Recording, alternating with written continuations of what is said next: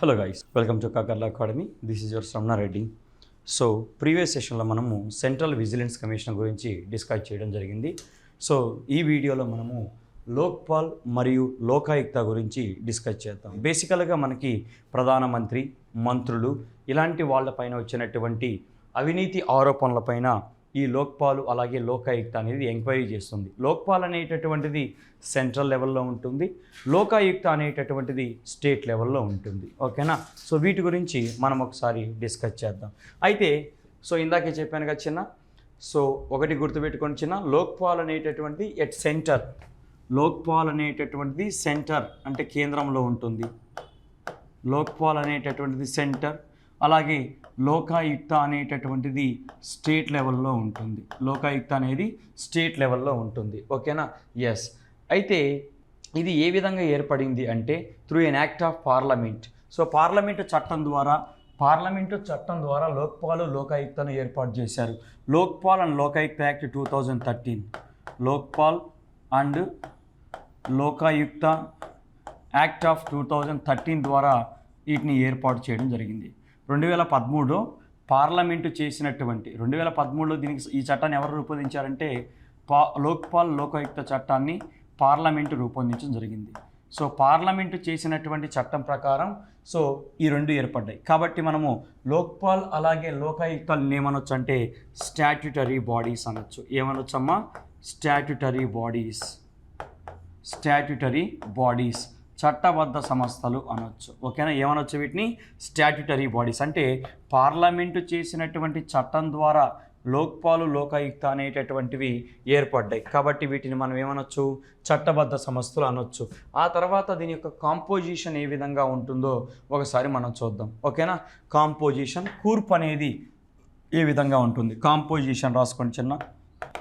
Composition అంటే లోక్పాల్ లోకాయుక్త యొక్క composition రెండింటికి కామన్గానే ఉంటుంది. కామన్గానే చదవండి, పెద్ద కష్టంగా ఉండదు. ఇది ఒకటి గుర్తుపెట్టుకొని చిన్న, ఇది ఒక మల్టీ మెంబర్ బాడీ అని చెప్పవచ్చు. ఇది ఒక మల్టీ మెంబర్ బాడీగా దీన్ని మనం పేర్కొనవచ్చును. ఎందుకంటే ఇందులో మీరు గమనించినట్లయితే ఒక చైర్పర్సన్తో పాటు మ్యాక్సిమం 8 మెంబర్స్ ఉంటారు. ఒక చైర్పర్సన్తో పాటు ఒక చైర్పర్సన్ ప్లస్ మ్యాక్సిమం 8 మెంబర్స్ ఉంటారు. మ్యాక్సిమం 8 మెంబర్స్, 8 మంది సభ్యులు ఉంటారు. మ్యాక్సిమం 8 మంది సభ్యులు ఇందులో ఉంటారు. ఓకేనా? అందుకని దీన్ని మనం మల్టీ మెంబర్ బాడీ అంటున్నాం. అయితే ఇందులో చైర్మన్ ప్లస్ మ్యాక్సిమం 8 మెంబర్స్ అని చెప్పాను కదా. అయితే ఇందులో ఖచ్చితంగా 50% జ్యుడిషియల్ మెంబర్స్ ఉండాలి. ఖచ్చితంగా 50% జ్యుడిషియల్ మెంబర్స్ ఉండాలి. ఓకేనా? ఖచ్చితంగా 50% జ్యుడిషియల్ మెంబర్స్ ఉండాలి. ఒక చైర్పర్సను ప్లస్ మ్యాక్సిమం 8 మెంబర్స్ ఉండాలి. అయితే అందులో 50% జ్యుడిషియల్ మెంబర్స్ ఉండాలి. అలాగే నెక్స్ట్ అలాగే ఈ యొక్క మెంబర్స్లో మినిమం 50% మెంబర్స్ ఎంతమంది చెప్పాను? మ్యాక్సిమం 8 మెంబర్స్ అని చెప్పాను. అయితే ఈ యొక్క మెంబర్స్లో minimum 50% members SC, ST, OBC, అలాగే మైనారిటీ అండ్ ఉమెన్ కేటగిరీకి చెందినటువంటి వాళ్ళు ఉండాలి. ఇందులో మొత్తం సభ్యులలో 50% సభ్యులు SC, ST, OBC, minorities, women కేటగిరీకి సంబంధించిన సభ్యులు ఉండాలి. ఓకేనా? నెక్స్ట్ అలాగే మీరు గమనించినట్లయితే క్వాలిఫికేషన్స్ ఒకసారి మనం చూద్దాం. క్వాలిఫికేషన్స్ సభ్యులుగాను అంటే వీళ్ళని నియమించడానికి ఉండాల్సినటువంటి ఎలాంటి క్వాలిఫికేషన్స్ ఉండాలి? ఒకటి మీరు గమనించాల్సిన విషయం ఏంటంటే క్వాలిఫికేషన్స్ ఎలాంటి అర్హతలు ఉండాలి అంటే గుర్తుపెట్టుకొని చిన్న, జ్యుడిషియల్ మెంబర్స్ అని చెప్పాను కదా. ఈ జ్యుడిషియల్ మెంబర్స్ అనేటటువంటి వాళ్ళు 50% చూడండి ఇక్కడ 50% జ్యుడిషియల్ మెంబర్స్ ఉండాలని చెప్పాను. 50% జ్యుడిషియల్ మెంబర్స్ అని చెప్పాను. అయితే జ్యుడిషియల్ మెంబర్స్ అంటే ఎవరంటే కరెంట్ ఆర్ ఫార్మర్ అంటే ప్రస్తుతం పనిచేస్తున్నటువంటి వాళ్ళు కానీ, లేదా గతంలో సుప్రీంకోర్టు జడ్జెస్గా పనిచేస్తున్న వాళ్ళు, సుప్రీంకోర్టు జడ్జిలుగా పనిచేస్తున్న వాళ్ళు, లేదా high court chief justice of high court chief justice of high court. High court ప్రధాన న్యాయమూర్తిగా పనిచేస్తున్న వాళ్ళని కానీ పనిచేస్తున్న వాళ్ళు లేదా పనిచేసినటువంటి వాళ్ళని మనము జ్యుడిషియల్ మెంబర్స్గా నియమించవచ్చు. జ్యుడిషియల్ మెంబర్స్ అంటే ఎవరు? క్వాలిఫికేషన్ చెప్తున్నా కదా, ఇందులో 50% జ్యుడిషియల్ ఉందని చెప్పాను. సో జ్యుడిషియల్ అంటే దాని అర్థం ఏంటంటే సో కరెంట్ ఆర్ ఫార్మర్, అంటే సుప్రీంకోర్టులో గతంలో కానీ ప్రస్తుతం పనిచేస్తున్న వాళ్ళు, లేదా హైకోర్టు ప్రధాన న్యాయమూర్తిగా గతంలో పనిచేసి రిటైర్డ్ అయిన వాళ్ళు కానివ్వండి, అలాగే ప్రస్తుతం పనిచేస్తున్నటువంటి వాళ్ళు కానివ్వండి. ఇది జ్యుడిషియల్ మెంబర్స్కి సంబంధించిన క్వాలిఫికేషన్స్. నెక్స్ట్ అలాగే గమనించినట్లయితే చిన్న నాన్ జ్యుడిషియల్ మెంబర్స్కి ఎలాంటి క్వాలిఫికేషన్స్ ఉండాలి? సో ఈ యొక్క లోక్పాల్ లోకాయుక్తలో నాన్ జ్యుడిషియల్ మెంబర్స్ ఉంటే నాన్ జ్యుడిషియల్ మెంబర్స్ ఉంటే వాళ్ళకి ఎలాంటి అర్హతలు ఉండాలి? జ్యుడిషియల్ మెంబర్స్గా నియమించే వాళ్ళకి ఎలాంటి అర్హతలు చూసాం. నాన్ జ్యుడిషియల్ మెంబర్స్గా నియమించే వాళ్ళకి ఒకటి గుర్తుపెట్టుకోండి. So minimum 25 years experience, eminent person, minimum 25 years experience ఉండాలి. And special knowledge of 25 years experience ఉండాలి. చిన్న చెప్తాను రాసుకోండి. 25 years experience and special knowledge of ఏ విషయాల్లో 25 సంవత్సరాల ఎక్స్పీరియన్స్ ఉండడంతో పాటు స్పెషల్ నాలెడ్జ్ అనేది ఉండాలి. ఏ విషయాల్లో? 25 years ఎక్స్పీరియన్స్ అండ్ అలాగే స్పెషల్ నాలెడ్జ్ ఉండాలని చెప్తున్నాను. ఏ విషయాల్లో? చిన్న యాంటీ కరప్షన్ కానివ్వండి, యాంటీ కరప్షన్, అలాగే పబ్లిక్ అడ్మినిస్ట్రేషన్లో కానివ్వండి, అలాగే విజిలెన్స్ కానివ్వండి, పబ్లిక్ అడ్మినిస్ట్రేషను. చూడండి, సో స్పెషల్ నాలెడ్జ్ ఆఫ్ ఎందులో ఉండాలి? Special knowledge. So anti corruption, public administration, vigilance, finance, public vigilance, finance, అలాగే ఇన్సూరెన్సు, నెక్స్ట్ అలాగే బ్యాంకింగ్ కానివ్వండి, నెక్స్ట్ అలాగే లా కానివ్వండి, ఈటీసీ. ఇలాంటి వాటిల్లో 25 సంవత్సరాల ఎక్స్పీరియన్స్తో పాటు సో స్పెషల్ నాలెడ్జ్ అనేటటువంటి ఉన్న వ్యక్తులను మాత్రమే మనము లోక్పాల్ లోకాయుక్తలో నాన్ జ్యుడిషియల్ మెంబర్స్గా నియమించాల్సి ఉంటుంది. ఓకేనా? ఇవి జాగ్రత్తగా మీరు గుర్తుపెట్టుకోవాలి చిన్న. ఓకేనా? That's it. నెక్స్ట్ రాసుకోండి, జ్యూరిస్డిక్షన్. అంటే లోక్పాలు మరియు లోకాయుక్త పరిధిలోకి ఎవరు వస్తారు? లోక్పాలు అలాగే లోకాయుక్త పరిధిలోకి ఎవరు వస్తారు అనేది ఒకసారి చూద్దాం. జ్యూరిస్డిక్షన్ రాసుకోండి చిన్న.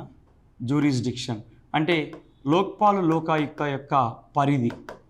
లోక్పాలు అలాగే లోకాయుక్త యొక్క పరిధి అనేది ఎంతవరకు ఉంటుంది అనేది ఒకసారి మనం గమనించినట్లయితే చిన్న. సో వీళ్ళ యొక్క పరిధి అనేది ఎంతవరకు ఉంటుంది అనేది ఒకసారి మనం గమనిస్తే సో ప్రైమ్ మినిస్టర్ కానివ్వండి, బేసికల్గా మనం లోక్పాల్ గురించే మాట్లాడుకుంటాం ఎక్కువగా. సో ప్రైమ్ మినిస్టరు వీళ్ళ యొక్క జ్యూరిస్డిక్షన్. ఎవరిపైన వచ్చిన అవినీతి ఆరోపణలు పైన చూస్తారంటే ప్రైమ్ మినిస్టరు, అలాగే మినిస్టర్స్ కానివ్వండి,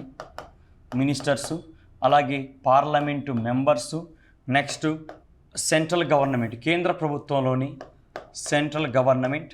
కేంద్ర ప్రభుత్వంలోని group A, group A comma group B, group C, group డీల్లో పనిచేస్తున్నటువంటి ఆఫీసర్స్.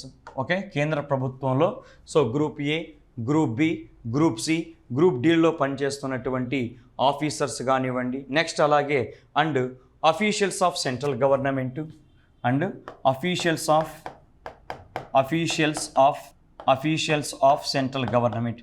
అలాగే లోకాయుక్త కూడా సేమ్ ఇలాగే ఉంటుంది. సో లోక్పాల్ గురించి తెలుసుకుంటే సరిపోతుంది. లోకాయుక్త కూడా ఇలాగే ఉంటుంది చిన్న. అంటే ముఖ్యమంత్రి, మంత్రులు, అసెంబ్లీ సభ్యులు, రాష్ట్ర ఉద్యోగులు, అంతే, అంతకుమించి ఏముండదు. నెక్స్ట్ అలాగే ఇంకా ఎవరిపైన వీళ్ళకి అధికారం ఉంటుంది, ఎవరికి సంబంధించిన అవినీతి అంశాల్లో వీళ్ళు జోక్యం చేసుకుంటారంటే నెక్స్ట్ రాసుకోండి చిన్న. So institutions which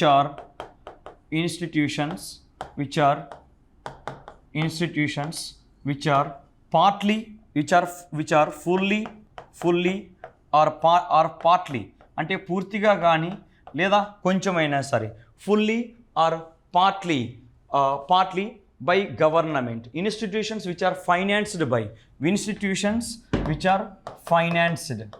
institutions which are financed by fully or partly by government అంటే కేంద్ర ప్రభుత్వం నుండి ఆర్థిక సహాయాన్ని పొందుతున్నటువంటి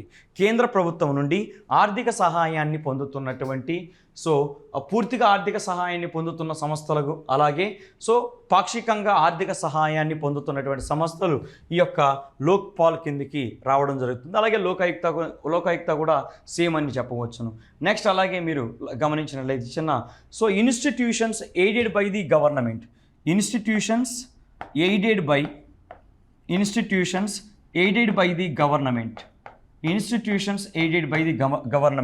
అంటే ఎయిడ్ ప్రభుత్వం నుండి ఆర్థిక సహాయాన్ని, ఎయిడెడ్ అంటే ఇక్కడ ఫైనాన్స్ అంటే ఒక రకంగా చెప్పాలంటే పెట్టుబడి అని చెప్పొచ్చు. ఇక్కడ ఎయిడెడ్ అంటే ఆర్థిక సహాయం. ఏవైతే ప్రభుత్వం యొక్క ఆర్థిక సహాయాన్ని పొందుతున్నాయో సో అవి మనకి లోకాయుక్త పరిధిలోకి రావు. ఏవైతే ప్రభుత్వం యొక్క ఆర్థిక సహాయాన్ని పొందుతున్నారో ఎయిడెడ్ అంటే ప్రభుత్వం యొక్క ఆర్థిక సహాయాన్ని పొందుతున్నాయో అవి లోకాయుక్త పరిధిలోకి రావు చిన్న. నెక్స్ట్ అలాగే మీరు గమనించినట్లయితే అపాయింట్మెంట్ అనేది ఒకసారి మనం చూద్దాం. అపాయింట్మెంట్ బేసికల్గా సో ఈ యొక్క లోక్పాలకు సంబంధించిన వాళ్ళని ఎవరు అపాయింట్ చేస్తారు? లోక్పాలకు సంబంధించినటువంటి వాళ్ళని ఎవరు అపాయింట్ చేస్తారంటే ప్రెసిడెంట్ ఆఫ్ ఇండియా అపాయింట్ చేస్తారు. అలాగే లోకాయుక్తకు సంబంధించి ఎవరు అపాయింట్ చేస్తారంటే గవర్నర్ అపాయింట్ చేస్తారు. అలాగే ఇక్కడ ఒక సెలక్షన్ కమిటీ కూడా ఉంటుంది. వీళ్ళని సెలెక్ట్ చేయడానికి ఒక సెలక్షన్ కమిటీ కూడా ఉంటుంది. అయితే ఆ సెలక్షన్ కమిటీలో ఎవరుంటారు? ప్రైమ్ మినిస్టర్ ఉంటాడు, అలాగే లోక్సభ స్పీకర్ ఉంటాడు, plus leader of the opposition, లోక్సభలోని ప్రతిపక్ష నాయకుడు. చూడండి చిన్న సెలక్షన్ కమిటీ ఉంటుంది వీళ్ళని సెలెక్ట్ చేయడానికి. ఈ సెలక్షన్ కమిటీలో ఎవరుంటారు అంటే ప్రైమ్ మినిస్టర్, అంటే లోక్పాలకు సంబంధించి, మళ్ళీ స్టేట్లో సేమ్ అదేగా ఉంటుంది. లోక్పాలకు సంబంధించి ఎవరుంటారు చిన్న? So prime minister, Lok Sabha speaker, leader of the opposition కానివ్వండి, అలాగే చీఫ్ జస్టిస్ ఆఫ్ ఇండియా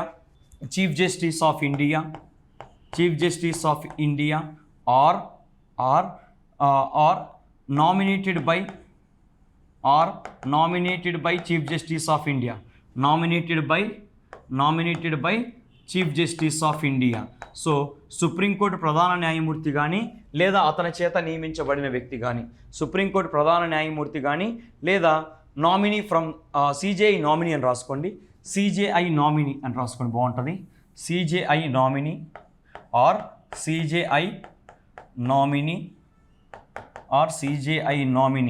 ఓకేనా, or CJI nominee in the supreme court. So supreme court ప్రధాన న్యాయమూర్తి యొక్క నామినీ కానివ్వండి, ప్లస్ అలాగే వీళ్ళు ఇక్కడ ఈ నలుగురు ఉన్నారు కదా, ఈ నలుగురు సూచించినటువంటి ఈ నలుగురు రికమెండేషన్ ప్రకారం ప్రెసిడెంట్ ఆఫ్ ఇండియా ఇంకొకరిని కూడా నియమిస్తాడు. ఓకేనా. సో ఇక్కడ ఈ నలుగురు ఉన్నారు కదా, ఈ పైన చెప్పాను కదా ఈ నలుగురు. సో ఈ నలుగురు రికమెండేషన్స్ని బేస్ చేసుకొని ప్రెసిడెంట్ ఆఫ్ ఇండియా ఇంకొక వ్యక్తిని నామినేట్ చేస్తాడు. ఈ నలుగురు యొక్క రికమెండేషన్స్ని బేస్ చేసుకొని ప్రెసిడెంట్ ఆఫ్ ఇండియా మరొక వ్యక్తిని సెలక్షన్ కమిటీకి నామినేట్ చేస్తాడు. అది గుర్తుపెట్టుకోండి చిన్న. ఓకేనా. ఎమినెంట్ జూరిస్ట్ అని రాసుకోవచ్చు. Eminent jurist by nominated by the president of India. ఓకేనా. సో ఎమినెంట్ జూరిస్ట్ అని రాసుకోవచ్చు ఇక్కడ. సో ఎమినెంట్ జూరిస్ట్ కూడా ఒక వ్యక్తి ఉంటాడు. సో ఇతను ఈ ఎమినెంట్ జూరిస్ట్ సెలక్షన్ కమిటీలోకి ఎలాగొస్తాడంటే, ఈ ఎమినెంట్ జూరిస్ట్ ఎవరైతే ఉన్నారో సో న్యాయ కోవిదుడు అంటాం కదా, ఈ న్యాయ కోవిదుడు ఈ సెలక్షన్ కమిటీలోకి ఏ విధంగా వస్తారంటే ప్రధానమంత్రి, Lok Sabha speaker, leader of the opposition, supreme court ప్రధాన న్యాయమూర్తి ఈ నలుగురు రికమెండ్ చేస్తారు. రికమెండ్ చేసినటువంటి వాళ్ళని ప్రెసిడెంట్ ఆఫ్ ఇండియా నియమిస్తారు. అయితే ఎవరతను? ఒక ఎమినెంట్ జూరిస్ట్ అంటే ఒక న్యాయ కోవిదుడిని ప్రెసిడెంట్ ఆఫ్ ఇండియా నియమిస్తాడు. ఎలా నియమిస్తాడంటే based on the recommendations by these 4 members in the selection committee. That's it. ఆ విధంగా వీళ్ళని సెలెక్ట్ చేయడం జరుగుతూ ఉంటుంది చిన్న. నెక్స్ట్ అలాగే మీరు గమనించినట్లయితే ఇక్కడ మనకి సెర్చ్ కమిటీ కూడా ఉంటుంది చిన్న. సెర్చ్ కమిటీ కూడా ఉంటుంది. యాక్చువల్గా ఈ సెర్చ్ కమిటీ అనేది ఎందుకు ఉంటుందంటే, మనకి సెలక్షన్ కమిటీ ఉంది కదా, సెర్చ్ కమిటీ కూడా ఉంటుంది. అయితే సెర్చ్ కమిటీ ఎందుకంటే టు అసిస్ట్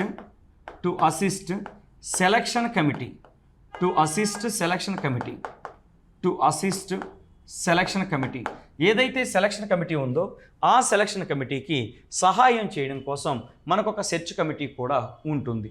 అయితే ఈ సెర్చ్ కమిటీ మీరు గుర్తుపెట్టుకోవాల్సిన విషయం ఏంటంటే చిన్న, సో దట్స్ ఇట్, అది గుర్తుపెట్టుకోండి సరిపోతుంది. నెక్స్ట్ అలాగే మీరు గమనించినట్లయితే వీళ్ళ యొక్క టెన్యూర్ అనేటటువంటిది ఏ విధంగా ఉంటుంది, వీళ్ళ యొక్క టెన్యూర్ అనేటటువంటిది ఏ విధంగా ఉంటుంది అనేది మనం అబ్జర్వ్ చేసినట్లయితే 5 years లేదా 70 years చిన్న. వీళ్ళ యొక్క టెన్యూర్ అనేటటువంటి పదవీ కాలం అనేటటువంటిది, వీళ్ళ యొక్క టెన్యూర్ అనేటటువంటిది 5 years ఆర్ 70 years. ఈ 5 సంవత్సరాలు లేదా 70 సంవత్సరాలు ఏది ముందైతే అది. అలాగే వీళ్ళ యొక్క శాలరీసు అలాగే అలయన్సెస్ ఏ విధంగా ఉంటాయంటే, సో ఎవరైతే చైర్పర్సన్ ఉన్నాడో సో చైర్పర్సన్ యొక్క శాలరీ అనేది చీఫ్ జస్టిస్ ఆఫ్ ఇండియాతో ఈక్వల్గా ఉంటుంది. మనం మాట్లాడేది ఎక్కువగా లోక్పాల్ గురించే. సో చీఫ్ జస్టిస్ ఆఫ్ ఇండియాతో ఈక్వల్గా ఉంటుంది. అలాగే మెంబర్స్ యొక్క శాలరీస్ అనేవి సుప్రీంకోర్టు జడ్జెస్తో సమానంగా ఉంటాయి. సుప్రీంకోర్టు యొక్క జడ్జెస్తో సమానంగా ఉంటాయి. ఓకే, మనం మాట్లాడేది ఎక్కువగా ఇక్కడ లోక్పాల్ గురించే మాట్లాడుతున్నాం, ఎందుకంటే లోకాయుక్త అనేటటువంటిది సేమ్ టు సేమ్ ఉంటుంది కాబట్టి. అండ్ అలాగే చిన్న వీళ్ళు రిజిగ్నేషన్ చేయాలంటే ఎవరికి రిజిగ్నేషన్ లెటర్ ఇవ్వాల్సి ఉంటుందంటే ప్రెసిడెంట్ ఆఫ్ ఇండియాకి రిజిగ్నేషన్ లెటర్ ఇవ్వాల్సి ఉంటుంది. ఓకేనా, సో రెజిగ్నేషన్ అనేది ఎవరికి ఇవ్వాలి చిన్న, రెజిగ్నేషన్ అనేటటువంటి ప్రెసిడెంట్ ఆఫ్ ఇండియాకి ఇవ్వాలి. ఓకే, ఇక్కడ మనం మోస్ట్లీ మాట్లాడుకునేది లోక్పాల్ గురించి మాత్రమే. లోక్పాల్ గురించి తెలుసుకుంటే లోకాయుక్త గురించి తెలుసుకున్నట్టే. ఓకేనా, ఈ విషయాలు గుర్తుపెట్టుకోండి. సో ఒకసారి మళ్ళీ మీరు ఏదన్నా ఒక సోర్స్ తీసుకొని చదవండి, మీకు ఒకటి అర్థమవుతుంది. ఓకేనా, సో ఇదైతే గుర్తుపెట్టుకోండి.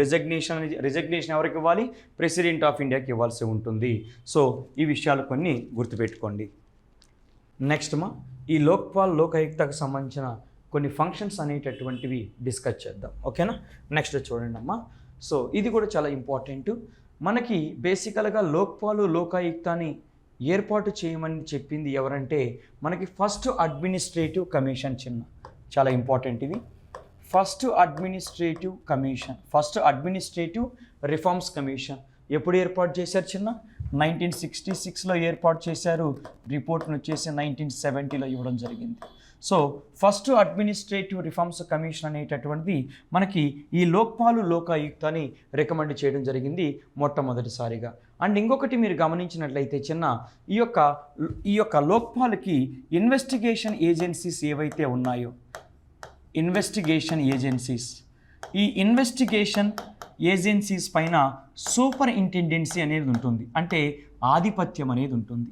భారతదేశంలో ఉండేటటువంటి ఇన్వెస్టిగేషన్ ఏజెన్సీల పైన ఈ యొక్క లోకాయుక్తకి ఇన్వెస్టిగేషన్ ఏజెన్సీస్ పైన సూపరింటెండెన్సీ అనేది ఉంటుంది, అంటే ఇంక్లూడింగ్ సిబిఐ కానివ్వండి ఇలాంటి వాటి ద్వారా.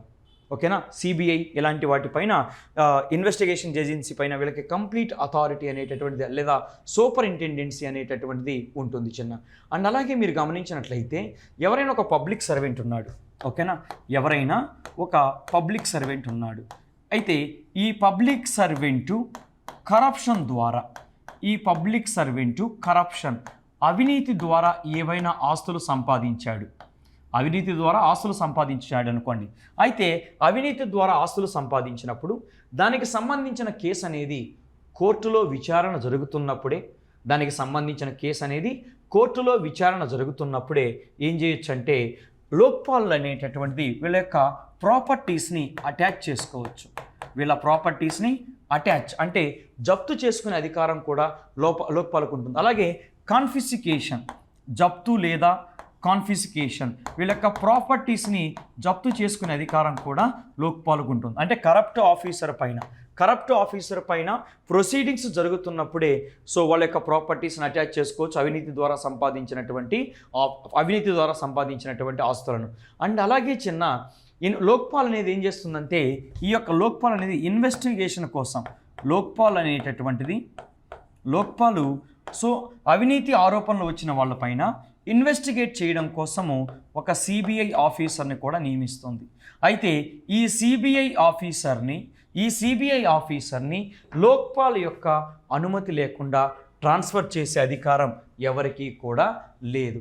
అండ్ అలాగే ఇక్కడ ఎవరిపైనైనా ఆరోపణలు వచ్చినప్పుడు ఎంక్వైరీకి సంబంధించి కానీ లేకపోతే ప్రొసీడింగ్స్కి సంబంధించి కూడా ఒక టైం పీరియడ్ అనేటటువంటిది ఉంది. బేసికల్గా ఇక్కడ మనం గమనించినట్లయితే ఎవరిపైనైనా సరే అవినీతి ఆరోపణలు వచ్చినప్పుడు ప్రిలిమినరీ ఎంక్వైరీ కోసం, నేనేమంటున్నాను, ప్రిలిమినరీ ఎంక్వైరీ కోసం, preliminary enquiry. So preliminary enquiry కోసం 3 నెలల టైం ఇస్తారు. ఆ తర్వాత దాన్ని మరొక 3 నెలల పాటు ఎక్స్టెండ్ చేస్తారు. ప్రిలిమినరీ ఎంక్వైరీ కోసం మొత్తం 6 నెలలు ఇస్తారు. ఇనిషియల్గా 3 నెలలు, ఆ తర్వాత ఇంకొక 3 నెలలు ఎక్స్టెండ్ చేస్తారు. నెక్స్ట్ అలాగే ఇన్వెస్టిగేషన్ కోసం మొదటిగా 6 నెలలు ఇస్తారు. మొదటిగా 6 మంత్స్ టైం ఇస్తారు. ఆ తర్వాత మరొక 6 మంత్స్ పాటు ఎక్స్టెండ్ చేయవచ్చు. నెక్స్ట్ అలాగే ట్రయల్ అంటే కోర్టు ప్రొసీడింగ్స్ లేదా ట్రయల్ అని చెప్పొచ్చు. సో ట్రయల్ పీరియడ్ ఎంత ఉంటుందంటే ట్రయల్ పీరియడ్ 1 ఇయర్ ఉంటుంది అయితే దీన్ని ఇంకొక 1 ఇయర్ పాటు ఎక్స్టెండ్ చేయొచ్చు. అంటే కోర్టు ప్రొసీడింగ్స్ లేదా ట్రయల్ పీరియడ్ 1 ఇయర్ పాటు ఉంటుంది. అండ్ మోర్ ఎవర్ వీటి కోసము ఏం చేయొచ్చు అంటే లోక్పాల్ అనేటటువంటి స్పెషల్ కోర్టులను కూడా ఏర్పాటు చేయొచ్చు. వీటి కోసం ఈ ప్రొసీడింగ్స్ అనేది త్వరగా కంప్లీట్ అవ్వడం కోసం స్పెషల్ కోర్ట్స్ను కూడా ఏర్పాటు చేసే అధికారం అనేది ఉంటుంది. స్పెషల్ కోర్ట్స్ కూడా ఏర్పాటు చేయొచ్చు. ఈ కేసులు ఇంత త్వరగా అవ్వాలంటే ఖచ్చితంగా స్పెషల్ కోర్ట్స్ అనేటటువంటివి ఏర్పాటు అవుతూ ఉంటాయి. నెక్స్ట్ అలాగే మనం గమనించినట్లయితే ఇన్ కేసు ఇక్కడ కనుక వాళ్ళు అవినీతి చేశారు అని కనుక ప్రూవ్ అయితే వాళ్ళకి ప్రివెన్షన్ ఆఫ్ కరప్షన్ యాక్ట్ కింద అవినీతి చేశారని ప్రూవ్ అయితే ప్రివెన్షన్ ఆఫ్ కరప్షన్ యాక్ట్ కింద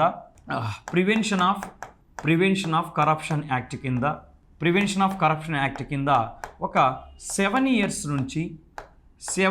టు 10 ఇయర్స్, సో 7 సంవత్సరాల నుంచి 10 సంవత్సరాల వరకు వాళ్ళకి జైలు శిక్ష పడే అవకాశం ఉంటుంది. ఎంతకాలం పాటు? 7 సంవత్సరాల నుంచి 10 సంవత్సరాల పాటు జైలు శిక్ష పడేటటువంటి అధికారం అనేది ఉంటుంది నెక్స్ట్ అలాగే మీరు గమనించినట్లయితే మనకి ఇది లోక్పాల్ ఇలాగ ఉంటుంది. లోకాయుక్త కూడా సేమ్ ఇలాగే ఉంటుంది. అయితే మనకి భారతదేశంలో మొట్టమొదటిసారిగా లోకాయుక్తను ఏర్పాటు చేసింది ఎవరంటే మహారాష్ట్ర 1971లో మొట్టమొదటిసారిగా లోకాయుక్తను ఏర్పాటు చేసింది. అలాగే లోకాయుక్తకు సంబంధించిన చట్టాన్ని మొదటిగా పాస్ చేసింది మాత్రం ఒడిస్సా. ఎప్పుడు? 1970లోనే లోకాయుక్తకు సంబంధించిన చట్టాన్ని పాస్ చేసింది.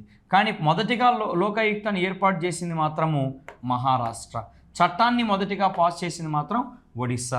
సో ఇవి వీటికి సంబంధించినటువంటి ఒక ఓవర్ వ్యూ. సో ఇది విన్న తర్వాత మీరు ఏదో ఒక రెఫరెన్స్ బుక్ తీసుకొని క్లియర్గా చదువుకోవచ్చు. ఓకేనా? మీకంటూ ఒక ఐడియా అనేది ఉంటుంది. ఇవన్నీ కూడా మీరు ఓన్గా చదువుకోవాల్సిన విషయాలే, చదువుకోగలరు కూడా, ఎందుకంటే కాన్సెప్ట్స్ ఉండవు కదా, ఓన్లీ మెమరీ బేస్డ్ మాత్రమే. ఓకేనా? నెక్స్ట్ చూడండి యాంటీ డిఫెక్షన్ లా గురించి ఒకసారి డిస్కస్ చేస్తాను. ఆల్రెడీ యాంటీ డిఫెక్షన్ లాకు సంబంధించిన విషయాలన్నీ చాలా మనం క్లియర్గా నేర్చుకున్నాం. కానీ కొంతమంది పిల్లలు అది చెప్పలేదు అని అనుకుంటారనే ఉద్దేశంతోనే ఇది చెప్తున్నాను. బట్ బ్రీఫ్గా మీకు ఆల్రెడీ చెప్పిన విషయాలే కాబట్టి సిన్సియర్గా విన్నటువంటి స్టూడెంట్స్కి అర్థమవుతుంది. అండ్ వన్స్ అగైన్ నేను చెప్పేది ఒకటే సో మీకు ఎప్పుడూ కూడా 4th part fundamental duties, fourth direct principles of state policy, అలాగే ఫండమెంటల్ డ్యూటీసు, అక్కడ వరకు, అలాగే union government, state government, central state relations, judiciary కానీ లోకల్ బాడీస్, వీటి వరకు మనం క్లియర్గా చెప్పుకున్నాం. ఆ తర్వాత చిన్నవి కాబట్టి కాన్స్టిట్యూషనల్ బాడీస్ అవన్నీ కూడా బ్రీఫ్గా చెప్తూ ఉన్నాను మీకు. ఓకేనా? So I hope you guys are understood. మనం ఎంత చెప్పినా కూడా అది మీరు చదవాల్సిన విషయాలే, సో అర్థం చేసుకుంటారు నాకు తెలిసి. So next anti defection law already నేను చెప్పాను. సో యాంటీ డిఫెక్షన్ లాకు సంబంధించి యాంటీ డిఫెక్షన్ లా గురించి మనకి ఇండియన్ కాన్స్టిట్యూషన్లో ఉండేటటువంటి 10th షెడ్యూల్ అనేది డీల్ చేస్తుందని చెప్పాను. ఈ 10th షెడ్యూల్ని 52nd constitutional amendment act ద్వారా యాడ్ చేశారు. అవునా కదా? ఎస్. సో దీని గురించి 1 by 1 నేను చెప్తూ ఉంటాను. ఒకసారి మీకు ఆల్రెడీ డిస్కస్ చేశాను కాబట్టి తెలుస్తూ ఉంటుంది. ఈ యాంటీ డిఫెక్షన్ లా ప్రకారం ఏం చేయొచ్చు మనం? సో ఎంపీలు కానివ్వండి, లేకపోతే స్టేట్ అసెంబ్లీ సభ్యులు కానీ ఒక పార్టీలో గెలిచినటువంటి వ్యక్తులు మరో పార్టీలో చేరితే వాళ్ళని డిస్క్వాలిఫై చేయొచ్చు. ఎవరు డిస్క్వాలిఫై చేస్తారు? లోక్సభ, అలాగే లెజిస్లేటివ్ అసెంబ్లీ. పార్లమెంట్లో అయితే లోక్సభ, అసెంబ్లీలో అయితే లెజిస్లేటివ్ అసెంబ్లీ లేదా విధానసభ లేదా శాసనసభ సభ్యుల్ని స్పీకర్ డిస్క్వాలిఫై చేస్తారు. అలాగే రాజ్యసభలో అయితే చైర్మన్, లెజిస్లేటివ్ కౌన్సిల్ లేదా విధాన పరిషత్ లేదా శాసన మండలి అయితే చైర్మన్. మీకు చెప్పాను ఇవన్నీ కూడా. నెక్స్ట్ అలాగే 91st కాన్స్టిట్యూషనల్ అమెండ్మెంట్ యాక్ట్ గురించి కూడా నేను చెప్పడం జరిగింది. 91st కాన్స్టిట్యూషనల్ అమెండ్మెంట్ యాక్ట్లో అనేక మార్పులు వచ్చాయి, అవేంటో చెప్తాను. మొదటిగా మంత్రిమండలి, కేంద్ర మంత్రిమండలి ఎంత ఉండాలి చిన్న, ప్రధానమంత్రితో కలుపుకొని లోక్సభ సభ్యుల సంఖ్యలో లోక్సభలోని మొత్తం సభ్యుల సంఖ్యలో 15% మించరాదు అని చెప్పుంటాను. అలాగే రాష్ట్రాల్లో మంత్రిమండలి ఎంత ఉండాలి, సో ముఖ్యమంత్రితో కలుపుకొని మంత్రుల సంఖ్య అనేది విధానసభ లేదా లెజిస్లేటివ్ అసెంబ్లీలోని మొత్తం సభ్యుల సంఖ్యలో 15% మించరాదు, అలాగే 12 మందికి తగ్గరాదని కూడా చెప్పుంటాను. నెక్స్ట్ అలాగే మీరు గమనించినట్లయితే యాంటీ డిఫెక్షన్ లా ప్రకారం 40 ఫిరాయింపుల చట్టం ప్రకారం ఎవరైనా సభ్యుడిని డిస్క్వాలిఫై చేస్తే అతన్ని మంత్రిగా నియమించడానికి వీల్లేదు అనే విషయాలు కూడా నేను మీకు ఆల్రెడీ డిస్కస్ చేయడం జరిగింది చిన్న. నెక్స్ట్ అలాగే మరికొన్ని విషయాలు మనం గమనించినట్లయితే ఎలాంటప్పుడు యాంటీ డిఫెక్షన్ లా ప్రకారం మనము ఒక వ్యక్తిని డిస్క్వాలిఫై చేయొచ్చు అంటే, సో అతను బేసికల్గా ఏ పార్టీ గుర్తుపైన అయితే గెలిచాడో ఆ పార్టీ సభ్యత్వాన్ని స్వచ్ఛందంగా వదులుకున్నప్పుడు అతన్ని డిస్క్వాలిఫై చేయొచ్చు అని చెప్పాను. నెక్స్ట్ అలాగే మరొక విషయం కూడా మనం గమనించినట్లయితే, సో విప్ ఇస్తారు. అంటే విప్ అంటే పార్టీ సభ్యులు ఏ విధంగా సభా కార్యక్రమాలు నడుచుకోవాలి. అయితే వాళ్ళు ఒక బిల్లుకి వ్యతిరేకంగా ఓటేయమంటే సభ్యుడు అనుకూలంగా ఓటేశాడు అంటే విప్పును ధిక్కరించాడు. విప్పును ధిక్కరించినప్పుడు కూడా అతన్ని మనము డిస్క్వాలిఫై చేయొచ్చు. అలాగే ఇండిపెండెంట్ మెంబర్స్ ఎవరైతే ఉన్నారో, ఏ పొలిటికల్ పార్టీకి సంబంధం లేకుండా గెలిచిన వాళ్ళు ఉంటారు కదా, సో ఇండిపెండెంట్ సభ్యులు అనే వాళ్ళు ఇంకొక పార్టీలో జాయిన్ అయితే, స్వతంత్రంగా గెలిచిన వాళ్ళు వేరే పార్టీలో జాయిన్ అయితే అప్పుడు వాళ్ళని డిస్క్వాలిఫై చేయొచ్చు అని చెప్పాను జరిగింది. అలాగే నామినేటెడ్ మెంబర్స్ 6 నెలల లోపల ఏదో ఒక పార్టీలో జాయిన్ అవ్వాలనుకుంటే జాయిన్ అవ్వచ్చు, కానీ 6 నెలల తర్వాత ఏదైనా పార్టీలో జాయిన్ అవ్వాలనుకుంటే అది మాత్రం అప్పుడు కూడా వాళ్ళని డిస్క్వాలిఫై చేయొచ్చు అని చెప్పాను. అలాగే యాంటీ డిఫెక్షన్ లాకి ఎగ్జాంపుల్ చెప్పాను. ఏదైనా ఒక పొలిటికల్ పార్టీకి సంబంధించిన 2/3 వంతు మంది, ఒరిజినల్గా అయితే 1/3 ఉండేది, 2/3 లేదా అంతకంటే ఎక్కువ మంది వేరే పార్టీలో కనుక వేరే పార్టీలోకి వెళ్ళిపోతే అప్పుడు యాంటీ డిఫెక్షన్ అనేది వర్తించదని చెప్పాను. అలాగే సభాధ్యక్షుడిగా ఎన్నికైనటువంటి వ్యక్తి తన పార్టీ అతను ఏ పార్టీ నుంచి అయితే గెలిచాడో ఆ పార్టీ సభ్యత్వానికి రాజీనామా చేసినా కూడా అతన్ని డిస్క్వాలిఫై చేయడానికి వీల్లేదు, ఇవన్నీ కూడా చెప్పాను. అలాగే డిస్క్వాలిఫై చేసే అధికారం ఎవరికి ఉందని చెప్పాను. So Lok Sabha speaker, Vidhan Sabha speaker, MLA, అలాగే రాజ్యసభ సభ్యులనైతే చైర్మన్, అలాగే లెజిస్లేటివ్ కౌన్సిల్ లేదా విధాన పరిషత్ అంటే ఎమ్మెల్సీని డిస్క్వాలిఫై చేసే అధికారం చైర్మన్కి ఉంటుంది. అయితే వాళ్ళు తీసుకున్న నిర్ణయం అనేది ఫైనల్ అంటే కాదు. మీకు ఆల్రెడీ చెప్పాను నేను ఒక కేసులో కిహోటా వర్సెస్ సుప్రీంకోర్టు కిహోటా కేసులో ఏం చెప్పింది, సో వీళ్ళు తీసుకున్నటువంటి నిర్ణయాన్ని అంటే యాంటీ డిఫెక్షన్ లా ప్రకారం, పార్టీ ఫిరాయింపుల చట్టం ప్రకారం సభాధ్యక్షులు తీసుకున్న నిర్ణయాన్ని కోర్టులో ఛాలెంజ్ చేయవచ్చు అని కూడా మనం డిస్కస్ చేసుకోవడం జరిగింది. ఇవన్నీ చెప్పిన విషయాలే కాబట్టి మళ్ళీ మీరు చెప్పలేదని అంటారనే ఉద్దేశంతో నేను ఇవన్నీ కూడా చెప్తూ ఉన్నాను. ఓకేనా? Thank you.